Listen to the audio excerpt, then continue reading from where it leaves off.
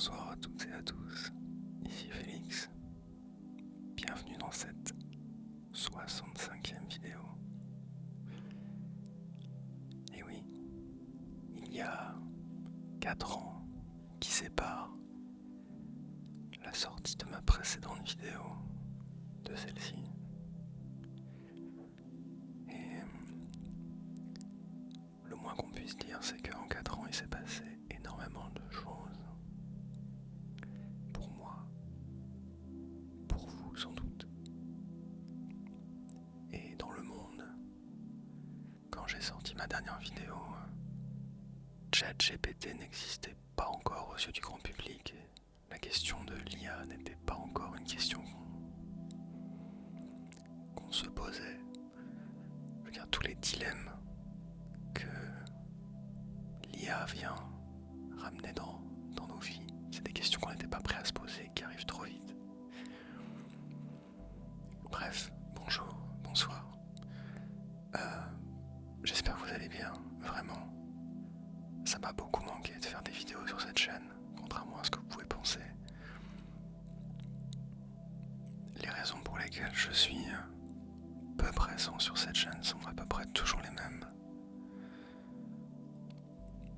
Déjà, depuis que j'ai commencé l'ASMR en 2013, c'est-à-dire il y a 13 ans. Ouais, putain. 2013. Depuis, les chaînes ASMR se sont multipliées, l'ASMR est devenu quelque chose de complètement mainstream. Et chacun s'empare de l'ASMR comme il le peut. La majorité des contenus qui sont créés dans l'ASMR n'ont pour seul but que de vous endormir. Et je trouve ça un peu dommage que l'ASMR soit devenu ce qu'il est devenu. Les raisons pour lesquelles je n'ai pas été très présent, c'est effectivement cette espèce de complexe que je peux avoir à rajouter des images et du contenu dans un monde déjà sursaturé d'images et de contenu.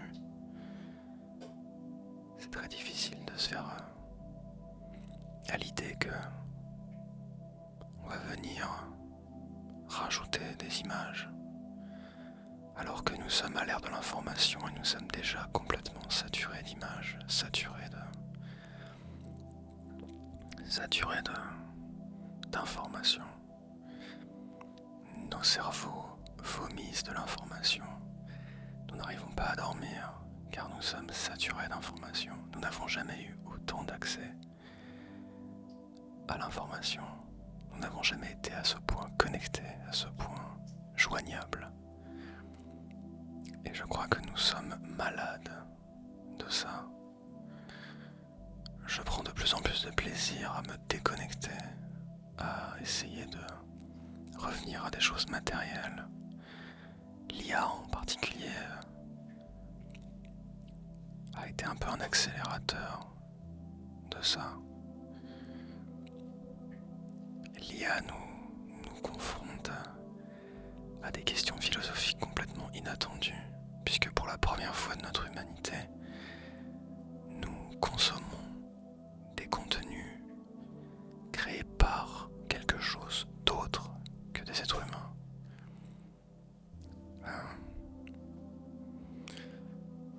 Nous utilisons l'IA, nous lui parlons, nous parlons à quelque chose d'autre, d'humain, et c'est la première fois dans l'histoire de l'humanité que ça arrive. Certaines personnes créent même des liens de connexion avec. Et je suis pas en train de dire que c'est bien ou que c'est mal. En tout cas, ce qui est certain, c'est que c'est important. Ce qui est en train de se passer est très important. Et les questions éthiques et morales sur le monde dans lequel nous voulons vivre ont pris 20 ans d'avance. Bref, je reviendrai un peu plus tard sur ces histoires d'IA et tout ça, mais je voulais juste vous partager très vite fait mon ressenti du moment. Depuis ma dernière vidéo, il y a eu également la guerre en Ukraine, il y a eu plein de choses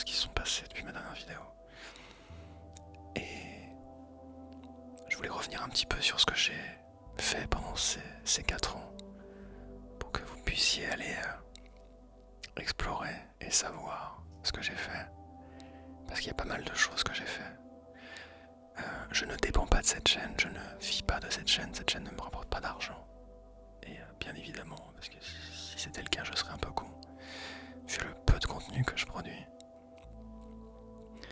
Mais sachez que je suis extrêmement touché de tous les commentaires que vous avez laissés, de tous ces messages bienveillants et d'amour que vous m'avez laissés pendant les années où j'étais pas là, et de savoir que vous m'attendiez. Ça me touche vraiment beaucoup. Et je voulais vous remercier pour ça. Merci beaucoup. Et je suis désolé d'être à ce point absent. Je suis désolé si je vous ai manqué ou si vous vous êtes senti abandonné ou je ne sais quoi. Mais je sais que j'ai la meilleure communauté du monde, une communauté compréhensive et patiente. Et surtout extrêmement bienveillante. Et j'ai beaucoup de chance de vous avoir dans ma vie, même si je ne vous connais pas. Je ne fais que lire vos messages et je suis très touché que vous preniez le temps d'écrire un message.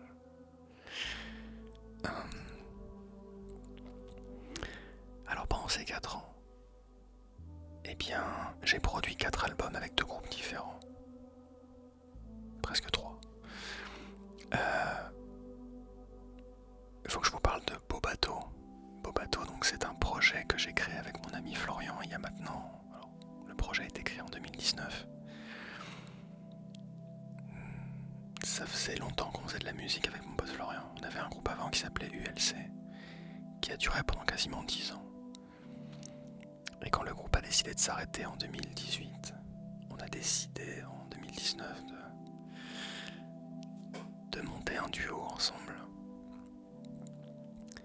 Et nous n'avons jamais été plus que 2 dans ce groupe. Le concept était très simple. Flo et moi, nous étions des espèces de bonhommes très prétentieux qui pensent qu'ils valent mieux que le reste du monde et qu'un meilleur monde les attend ailleurs et qu'un beau bateau va venir les chercher et les emmener dans ce monde meilleur. Alors, ces 2 personnages attendent le beau bateau pendant très longtemps. En fait, le beau bateau ne vient jamais. Et en attendant, ils écrivent des chansons pour médire sur le monde et sur les autres. Et du coup, en 2022, nous avons sorti un premier EP qui s'appelait Beau Cadeau. Il s'appelle toujours, il est disponible. D'ailleurs, je fais une autre parenthèse. Je ne vous demande rien. Cette vidéo n'est pas monétisée, je ne la fais que pour mon plaisir et pour vous. La seule chose que je vous demande, c'est d'aller voir les liens qui sont en description.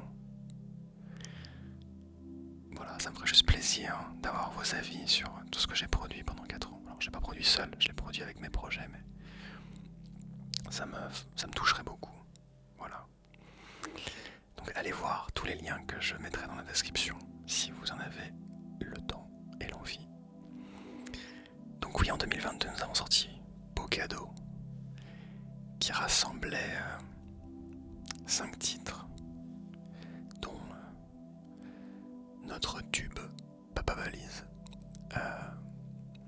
Je dis notre tube parce qu'il avait fait 20 000 écoutes sur Spotify, donc pour nous c'était un tube. Et oui, c'était un premier album qu'on a sorti ensemble, donc un EP 5 titres. Et c'est un peu ce qui a dessiné... c'est un petit peu ce qui a dessiné la ligne directrice du projet. Et déjà, on pouvait percevoir toutes nos influences à la fois pop, françaises et progressives. Et... parce que oui, avec Florian, à la base, on vient du rock progressif, des années 70 surtout. Et puis on s'est mis à écouter de la pop, on s'est mis à écouter plein de choses. On a des influences très différentes d'ailleurs. C'est surtout moi qui fais du rock prog. Mais finalement, quand on écoute cet album, on ressent des influences assez kitsch dans l'ensemble. On avait un certain attrait pour utiliser des références très très kitsch. Le mauvais goût n'est jamais très loin. Mais le mauvais goût, quand il est dosé avec avec parcimonie, il peut rajouter une petite saveur très cool. Et je trouve personnellement que dans Bobato on a réussi à faire ça pas mal, à bien doser le mauvais goût, pour ajouter une petite saveur un peu plus espiègle et amère en même temps. Et Bocado est sorti, on a fait quelques concerts pour honorer cet album, des petits concerts. Et voilà, et en 2023, après des mois de souffrance, nous avons réussi à sortir notre plus gros projet, qui est l'album Bonne Continuation. Et c'est un album qui porte assez bien son nom, puisque c'est le dernier que nous avons sorti, le projet ayant pris fin en 2025, avec un dernier single. Et Bonne Continuation, c'est exactement la synthèse du storytelling de Bobato, c'est-à-dire deux individus qui attendent un beau bateau pour les emmener vers un monde meilleur. Le beau bateau ne vient jamais, mais pour autant, les deux protagonistes vont écrire une lettre d'adieu à ce monde si nul. Et Bonne Continuation, ce sont les 11 bonnes raisons de quitter ce monde. Voilà. Donc je vous invite à aller écouter, et j'espère que vous ressentirez toutes les influences que nous avons mis dans cet album. J'espère que vous l'apprécierez. Et voilà. En parallèle de ça, donc en 2019, j'ai rejoint un groupe qui anciennement s'appelait La Muscle et qui aujourd'hui s'appelle LMZG. Et j'en suis à mon 4e album produit avec ce groupe. En 2022, on travaillait sur un album qui s'appelle I Am Anachronique. Mais c'est un album... en 2023, pardon. En 2023, j'étais moins impliqué sur cet album-là puisque je travaillais sur l'album de Bobato. Donc, très objectivement, je vais vous dire, je suis pas un très grand fan de cet album parce que j'étais pas vraiment impliqué.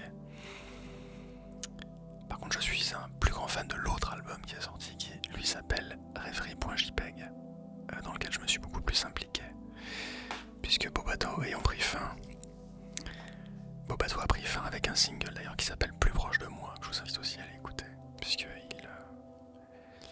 raconte un petit peu, de façon poétique, les raisons de notre séparation. Et c'était aussi une manière de finir en beauté, on va dire. Rêverie.jpg du coup est beaucoup plus sombre et plus dansant, en quelque sorte, que I Am Anachronique, et je le trouve plus intense. Et surtout, c'est un album dans lequel tout le groupe s'est investi, puisqu'il y a eu pas mal de changements de line-up dans ce projet. Et le moment où on a créé cet album, c'était un moment très fédérateur pour le groupe, où tout le monde y a mis du sien. Et on est très fiers de cet album, et on le trouve très chouette. Et surtout, on kiffe le jouer en live. Et d'ailleurs, j'en profite pour vous dire, allez suivre la page de LMZG. Comme ça, vous pouvez voir toutes les dates de concert, parce qu'en fait, on joue partout en France. Et donc, si jamais on passe par chez vous, n'hésitez pas à venir nous voir. Ça serait vraiment super trop cool de vous voir. Ça me ferait très plaisir de vous rencontrer en tout cas. Et surtout que vous découvriez LMZG, qui est vraiment un super groupe à voir en live. Vraiment, vous allez passer une trop bonne soirée. Donc n'hésitez pas à regarder la liste des dates. On joue vraiment partout en France, donc je pense qu'il y a très peu de chances que vous pouvez nous rater, quoi. Il y aura forcément une date pas loin de chez vous. Et je n'exagère pas en disant ça. Et voilà ce que j'ai fait. Pendant 4 ans. Tout ça, ça prend beaucoup de temps. La musique est quelque chose d'assez fatigant. C'est assez fatigant puisque on passe notre temps à travailler sur un support immatériel. On travaille sur des ordinateurs. On produit des fichiers audio. Et puis ces fichiers audio sont envoyés sur des plateformes de streaming. Et puis voilà. Et personne ne peut toucher la musique. Par contre, la musique peut toucher les gens. C'est bizarre, mais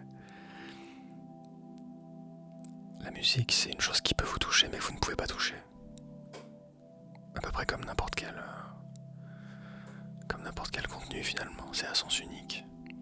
Et du coup, le fait de toujours travailler dans l'immatériel fait que j'ai très souvent besoin de revenir à des choses matérielles. Comme faire la cuisine par exemple, faire à manger, me déconnecter de mon téléphone.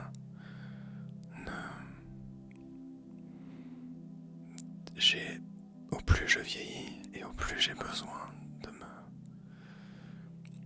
de me plonger dans le réel, au plus c'est quelque chose qui devient vital, ouais, pour moi. Puisque le réel n'a jamais été aussi mis à mal. Aujourd'hui, tout ce que nous consommons sur les réseaux, sur Instagram, sur YouTube et sur toutes les plateformes est sujet à caution quant à sa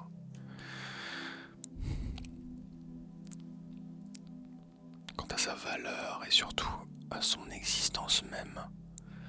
C'est-à-dire que nous consommons des contenus qui n'existent pas, qui n'ont jamais été tournés. Il y en a beaucoup d'ailleurs qui prédisent que l'IA annonce la mort d'Internet. Et cette théorie est à la fois terrifiante et quelque part porteuse d'espoir. Ce serait une sorte d'apocalypse. Une apocalypse où Internet serait rempli de bots et d'IA qui produira du contenu à l'infini et où les humains n'auraient plus leur place. J'avais entendu dire que 2025 est la première année où les gens ont moins fréquenté, où il y a eu une baisse de fréquentation des réseaux sociaux. Alors c'est une baisse qui est minime, mais au moins ça n'a pas monté. Et je trouve ça dingue. C'est-à-dire que peut-être qu'on est en train d'avoir un tournant où les gens vont avoir une folle envie de revenir au réel et au vivant, peut-être. Qui sait? On ne sait pas. Je suppose que je suis pas le seul à être perdu face à ça. Je me doute que vous aussi vous êtes un peu paumé. Et c'est normal, parce qu'en fait, même les gens qui fabriquent les IA et qui nous emmènent tout droit vers cet horizon inconnu, même eux ne savent pas où nous allons. Personne ne sait où nous allons avec ce truc-là. Mais nous y allons. Nous y allons avec un train pleine balle et nous ne savons pas ce qui va se passer. Nous voyons déjà que l'IA fait des dégâts. Nous voyons que l'IA est très pratique et nous voyons qu'elle fait des dégâts, mais comme l'IA est une révolution comme l'a été Internet à son époque. Aujourd'hui, est-ce qu'on peut imaginer un monde sans Internet? Bien sûr que non. Je ne sais pas si l'IA connaîtra le même sort. Est-ce que nous pourrons ne plus nous passer d'IA d'ici 10 ans, 20 ans? J'utilise l'IA personnellement pour des choses très simples, parce que je vois l'IA comme une machine à laver ou comme un lave-vaisselle. L'IA est censée nous aider à nous alléger sur les tâches pénibles.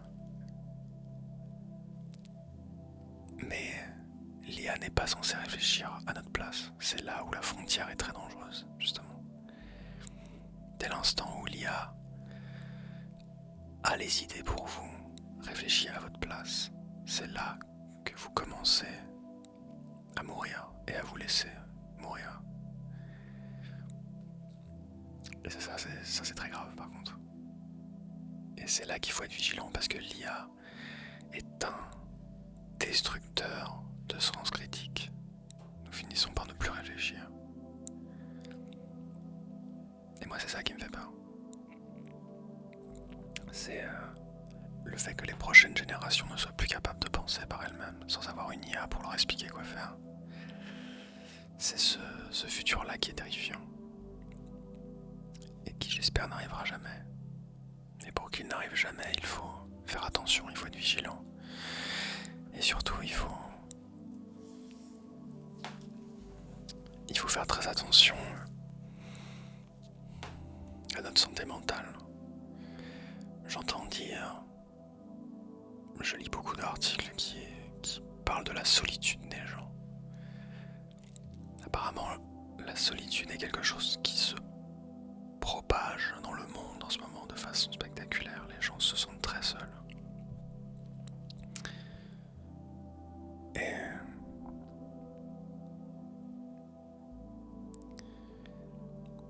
la solitude fait beaucoup de dégâts. Alors, on a tous besoin d'être un peu seul à des moments, bien sûr, moi le premier, mais le sentiment de solitude, le fait de trouver que la vie est plus simple tout seul, et de ne se concentrer que sur la simplicité,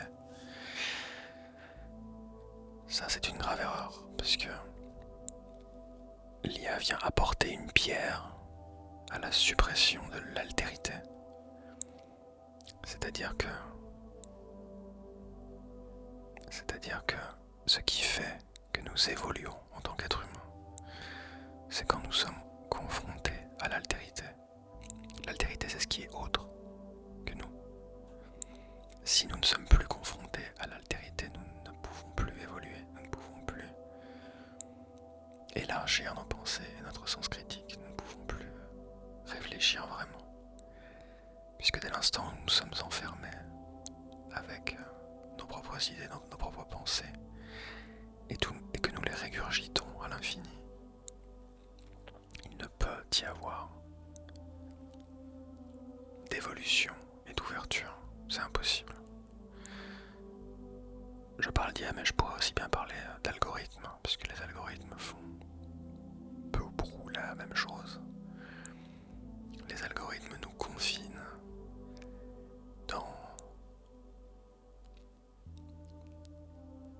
dans un environnement qu'il estime être le nôtre, et finalement quand nous allons sur YouTube, Instagram ou je ne sais quoi, nous n'avons que des contenus dont l'algorithme sait qu'il nous plaira. Et c'est la meilleure façon de ne pas évoluer, c'est la meilleure façon de s'enfermer dans nos propres goûts, dans nos propres croyances. Et donc finalement, l'IA n'est qu'un accélérateur à question existentielle. Et j'insiste beaucoup sur ce point parce qu'évidemment ça met à mal beaucoup de métiers. Je vois qu'il y a de plus en plus de musiciens qui utilisent Suno, une IA générative musicale, pour composer de la musique. J'avoue m'être servi de Suno, mais plus pour faire des conneries, pour faire des chansons débiles, pour faire rire les copains quoi, et les copines.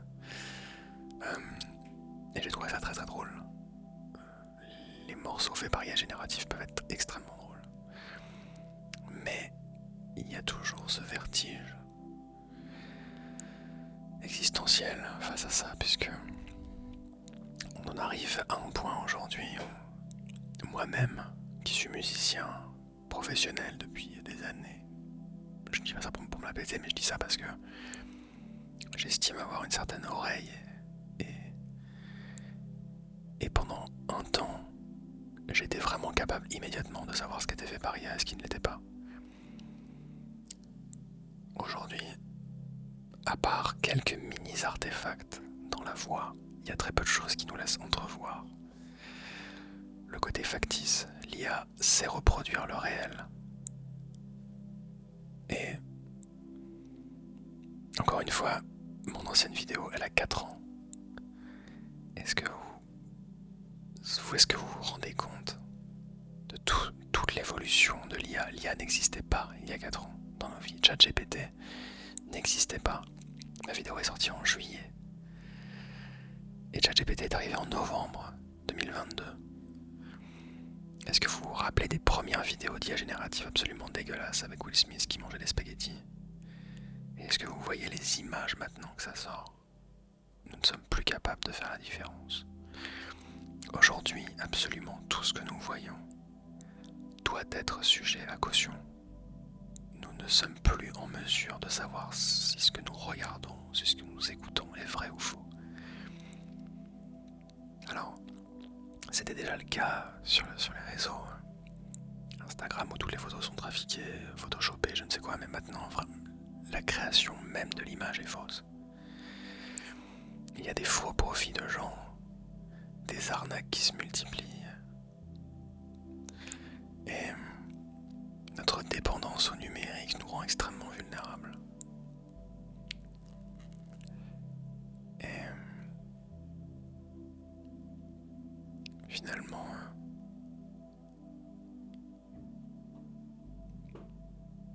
le plus dur dans l'histoire, c'est de retrouver une espèce de joie dans la simplicité et dans le fait de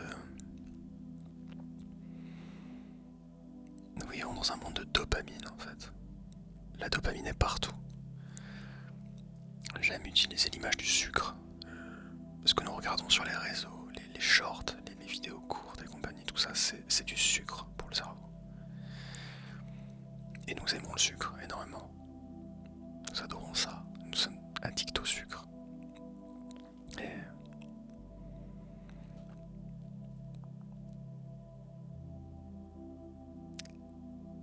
Et faire face à quelque chose d'un peu plus austère, d'un peu plus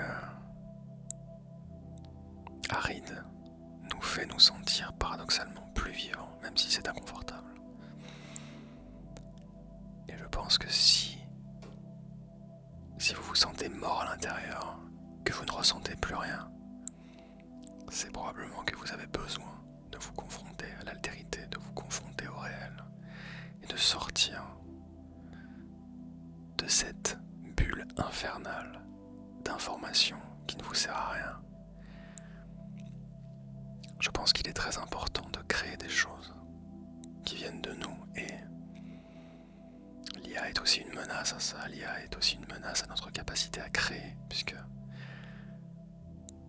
nous serons tous très tentés de créer du contenu avec une IA et de dire que c'est nous qui l'avons fait alors que c'est complètement faux. Nous n'avons rien fait. Nous n'avons pas vécu la joie de la création. La création, ça demande d'entrer dans une espèce de transe. C'était Quentin Dupieux qui dans une interview disait justement quelque chose comme ça d'ailleurs. Bon, Quentin Dupieux, on aime ou on n'aime pas. Moi je le trouve fascinant. Je suis content que ce mec existe, pour autant. Je suis pas un fan hardcore de ses films, même si je les trouve très drôles parfois. Mais Quentin Dupieux, il disait qu'il fallait que lui, quand il écrivait ses histoires en essayant de trouver ce qu'il appelait un mojo d'écriture. Donc c'est-à-dire un espèce d'état un peu transcendantal. Où en fait on essaie de créer une ouverture et on laisse les idées venir et on essaie de ne pas intervenir. Notre seule intervention consiste à matérialiser ce qui se passe dans notre tête sans réfléchir. Sans se poser la question de est-ce que c'est bien, est-ce que c'est mal, est-ce que c'est cool, peu importe ça. La question du cool, elle ne nous concerne pas, elle ne concerne que les gens qui regarderont. Mais dès l'instant où quelque chose sort de nous, nous n'avons déjà plus la responsabilité de cette chose. Notre seule responsabilité, c'est de la faire exister. Et nous ne sommes que des transmetteurs en fait. Et ça, si une IA le fait à votre place, vous n'avez pas vécu ce bonheur de la création, le sentiment d'exister. Et je pense que c'est ça, une des clés de pourquoi les gens sont malheureux aujourd'hui. Si vous rajoutez l'impossibilité de créer des choses par soi-même, parce qu'une IA le fait à votre place, la solitude, le sentiment d'être déconnecté, le fait de ne pas pouvoir aller vers les autres, la peur de l'autre, aussi parce que les réseaux sont remplis d'injonctions. Vous pouvez trouver des gens qui vous diront tout et leur contraire. Vous pouvez entendre des gens qui disent que toutes les femmes sont toxiques, que tous les hommes sont toxiques. Et puis des gens qui vont vont les contredire et qui vont leur dire bah non c'est pas vrai. Vous pourrez trouver des complotistes, vous pourrez trouver toutes sortes de personnes qui vous expliqueront tout et leur contraire. Et vous êtes là, et vous passez des heures à regarder des gens débattre. C'est comme du voyeurisme en fait. Puisque du coup vous n'êtes pas actif quand vous faites ça. Vous remplissez votre cerveau d'images. Et remplir son cerveau d'images, c'est quelque chose de très fort, en fait, de très puissant. Ça a une énorme influence sur nous. On peut vraiment s'oublier à force de consommer des images. On peut s'oublier dans les images. Et ces images, après, elles se font un chemin à l'intérieur de nous. Et elles se font une place et on y repense.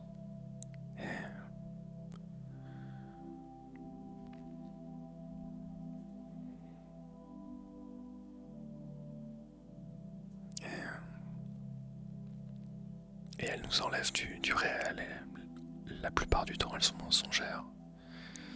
Puisque nous ne connaissons pas les gens qui parlent. Nous tombons sur des gens qui peuvent dire des choses qui nous parlent, mais nous ne connaissons pas ces gens. Nous ne savons pas qui ils sont.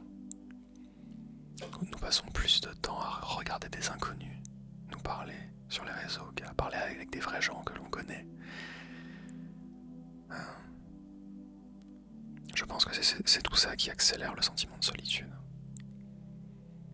Et pour contrer la solitude, il y a plein de choses à faire. Il y a plein de choses à faire, comme par exemple commencer une nouvelle activité avec des inconnus. Par exemple, moi j'ai commencé le théâtre d'impro. Cette année, c'est absolument génial parce que je rencontre des gens et je me mets en danger. Je suis avec des nouvelles personnes. Et on est tous très stressés d'être là. Et très excités en même temps. Et ça m'avait manqué de ressentir ça. Cette excitation du danger. Et le fait de se rendre compte que le ridicule ne tue pas. Et qu'au contraire, il nous rend plus fort. Et... Ah si, il y a aussi une autre chose importante. C'est que ça fait ma 3e année à présent que je ne bois plus d'alcool. J'ai complètement arrêté l'alcool. La dernière fois que j'en ai bu, c'était le 1er janvier 2023, pour le jour de l'an.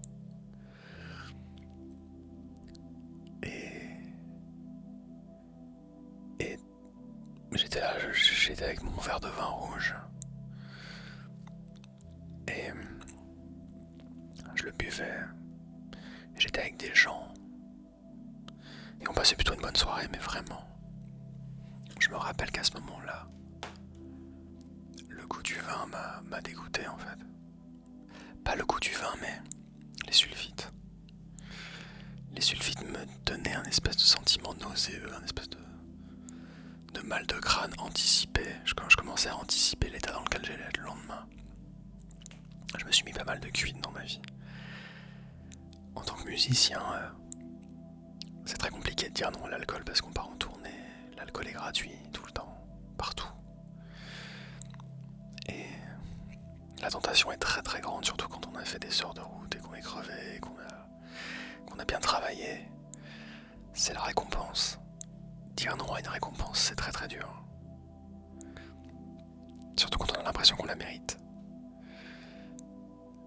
Alors du coup, il faut formater son cerveau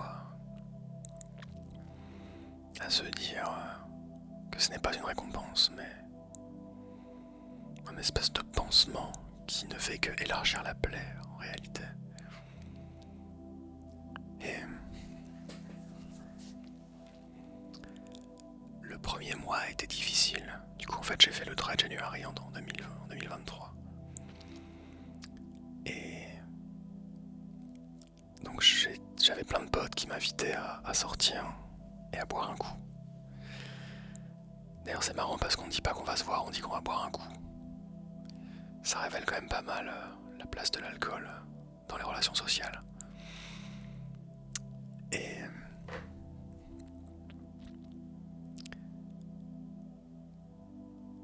finalement, je voyais tous mes potes qui buvaient, qui se prenaient des grosses pintes, et moi je me prenais un paille étrange. Et j'avais très envie de boire une grosse pinte moi aussi. Je voyais la mousse jaune avec les bulles, et rien qu'en voyant la pinte, je sentais le goût maltais de la bière, et je me disais wow. Et puis j'ai tenu 2 semaines à faire des soirées complètement sobres, à rentrer chez moi, à bien dormir, à me réveiller le matin et à être en forme. Sans avoir envie de gerber, sans avoir le bide et la tête en vrac. Et puis évidemment, comme toujours, les gens se demandent s'il y a quelque chose qui va pas, pourquoi on arrête, pourquoi on ne boit pas d'alcool. Pourquoi on ne boit pas d'alcool? Parce qu'il y a vraiment une injonction à boire de l'alcool en soirée. Le problème est complètement inversé. On devrait demander aux gens pourquoi ils boivent. Pourquoi ils boivent. Et personne ne saura répondre. Et après tout ça, je me suis vraiment rendu compte que j'ai été libéré en fait d'une pression sociale. Ça m'angoissait presque de partir en soirée. Parce que je me disais putain mais je vais encore boire de l'alcool, je vais encore devoir picoler, machin. Et puis on va au bar et puis voilà, il y en a un qui paye une tournée et puis du coup on paye l'autre et tout ça c'est un espèce de spectacle, une espèce de pièce de théâtre où on se dit où tout est déjà joué à l'avance et voilà, et on sait qu'on va payer une tournée, que l'autre paiera la tournée. Et du coup la consommation monte extrêmement vite. Et au plus j'avance et au plus je déteste les injonctions de ce genre-là. Alors, il y en a qui sont bien, des injonctions. Par exemple, c'est bien d'être gentil et de dire bonjour. Ça c'est bien. Par contre, devoir absolument boire pour s'intégrer ou fumer pour s'intégrer ou je ne sais quoi, je trouve ça absolument insupportable. Mais je suis rassuré de voir que la consommation d'alcool baisse. Je suis pas rassuré de voir quelles sont les substances qui sont consommées à la place, mais au moins je suis rassuré que l'alcool et la clope baissent, parce que c'est vraiment une vraie saloperie. Et ça pourrit la vie des gens. Et du coup ça ne me manque pas du tout. Absolument pas. Je me sens vraiment libéré d'un poids, et je vous recommande très fortement d'essayer d'arrêter l'alcool pendant un mois. Parce qu'il faut toujours arrêter quelque chose pour se rendre compte de la place que ça a.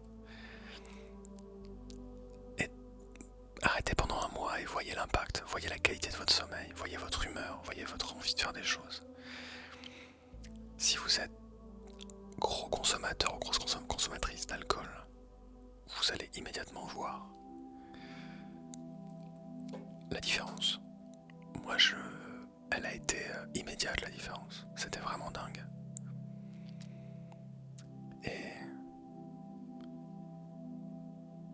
Et finalement, je me rendais compte que je buvais à la fois pour m'intégrer, parce que tout le monde buvait autour de moi. Donc déjà, ça a été assez difficile de refuser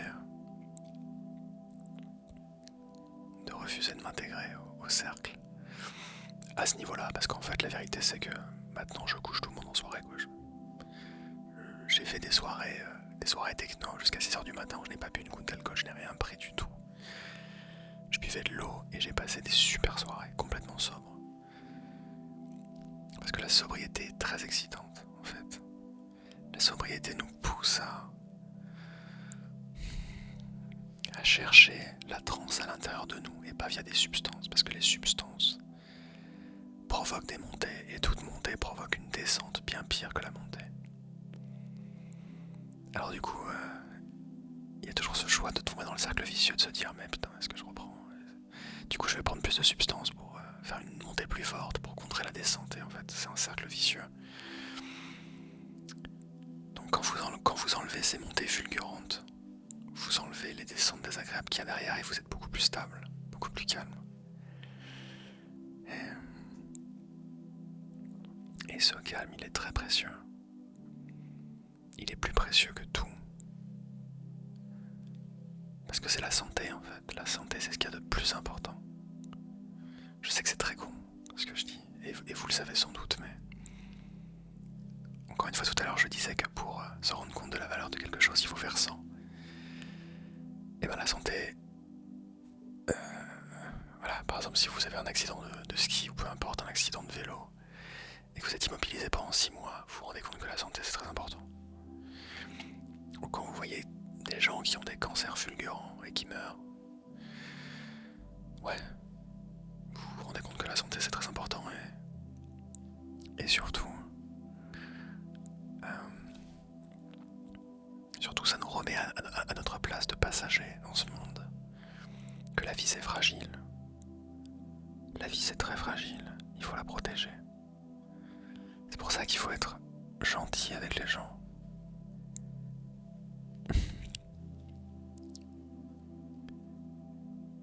Et surtout, il faut voir les gens qu'on aime. Il faut aller vers les gens qu'on aime, même si les gens qu'on aime ne viennent pas vers nous. Ça c'est plus dur.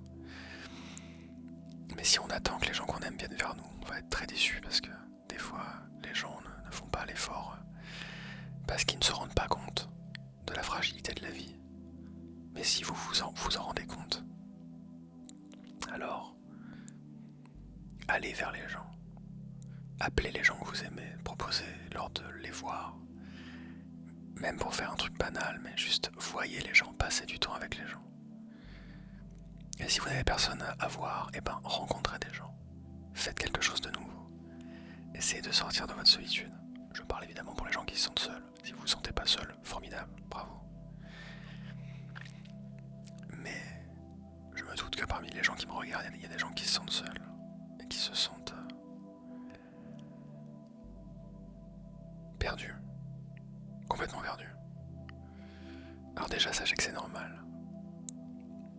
C'est quand même un premier truc qu'il faut dire, c'est que c'est normal de se sentir seul et perdu. On est tous passés par là.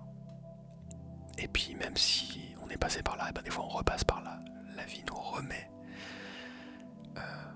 On pense qu'on a appris des leçons et en fait on les a pas appris, on répète des erreurs. Et donc on est replongé dans ce genre de situation. Mais rien n'est rédhibitoire. À part la mort. Mais bon, si vous me regardez, c'est que vous n'êtes pas mort. Donc si vous n'êtes pas mort, c'est que vous avez des choses à faire et qu'il y a de l'espoir. Et la plupart du temps, c'est notre vision du monde qui est limitée. Ce n'est pas le monde, c'est notre vision. Nous ne sommes pas capables de voir toutes les choses merveilleuses que la vie peut nous apporter. Et c'est dans ces moments-là où nous sommes le plus malheureux, c'est dans les moments où nous n'arrivons pas à voir la beauté dans tout ce qui nous entoure et les choses que nous pouvons aller chercher. Des fois, un micro-détail peut changer tellement de choses. Si on décide d'être gentil, d'être nous-mêmes et de nous écouter, et de donner de l'amour aux gens, autant qu'on le peut. C'est pas toujours facile, hein. C'est même très dur. Parce que souvent le problème c'est qu'on met une attente derrière l'amour qu'on envoie. On donne de l'amour aux gens en attendant d'en recevoir. Comme si c'était un business. Et donc on est souvent déçu parce qu'en réalité c'est pas un business. C'est pas un business et c'est nous qui sommes incapables de sortir de cette façon qu'on a de vouloir optimiser les choses, de vouloir avoir plus avec moins et de calculer, toujours calculer. Et le fait qu'on calcule toujours, ça nous enlève toute notre spontanéité. Et typiquement, quand vous êtes en train de créer quelque chose, vous ne calculez rien, vous êtes en train de laisser quelque chose sortir. Et je pense que c'est ce qui manque le plus possible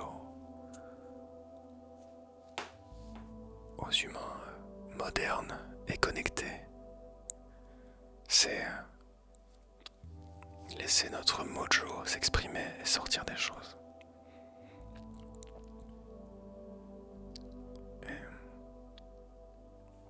Et il faut faire attention à garder ça, à garder une partie de notre vie libre. Il faut faire de la place dans sa tête. C'est ça aujourd'hui qui est très dur à faire. Vu que nous sommes surchargés, c'est dur de faire de la place. Il nous faut de la place. Libérez-vous de la place dans votre tête.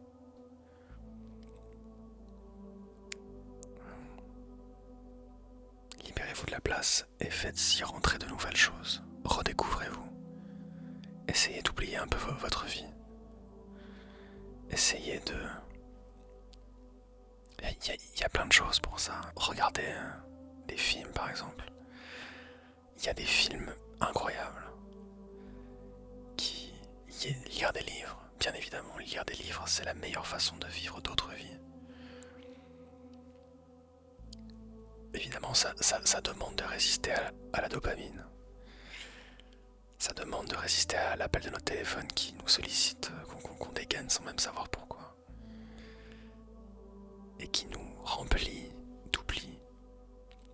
C'était Jean-Luc Godard qui disait, je ne sais pas si je l'ai déjà cité sur cette chaîne peut-être, je n'ai aucune idée de... C'est ce que je me répète, hein, mais... Godard disait... Alors, qu'on aime ou qu'on n'aime pas les films de Godard, peu importe, je trouvais que ses interviews étaient plus intéressantes que ses films d'ailleurs.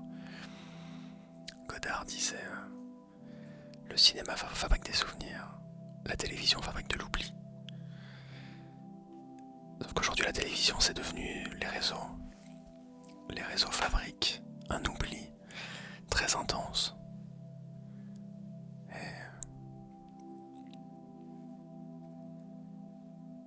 Et si on consomme trop d'oubli, on finit par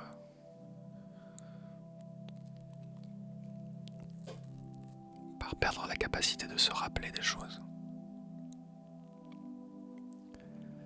Je sais pas si ce que je raconte vous parle, j'en ai aucune idée, je ne sais même pas d'ailleurs si vous m'écoutez toujours. Parce que ça commence à faire un petit moment que je parle, mais... Bref, en tout cas sachez que je pense beaucoup à cette chaîne, j'ai beaucoup pensé à cette chaîne depuis 4 ans. Et je suis toujours en recherche de contenu intéressant à vous proposer.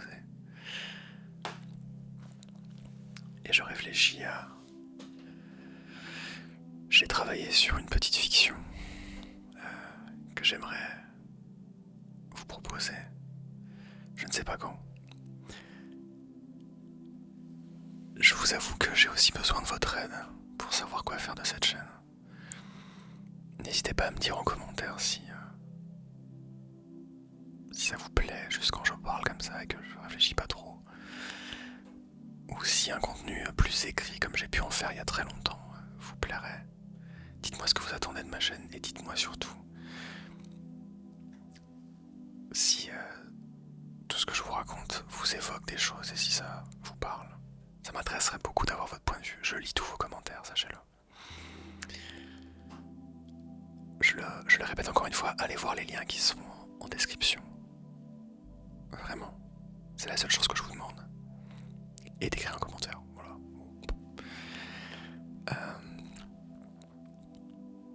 Sachez que je vous aime fort. Et j'espère que vous vous portez bien. Et je vous dis à très vite, le plus vite possible. Au revoir.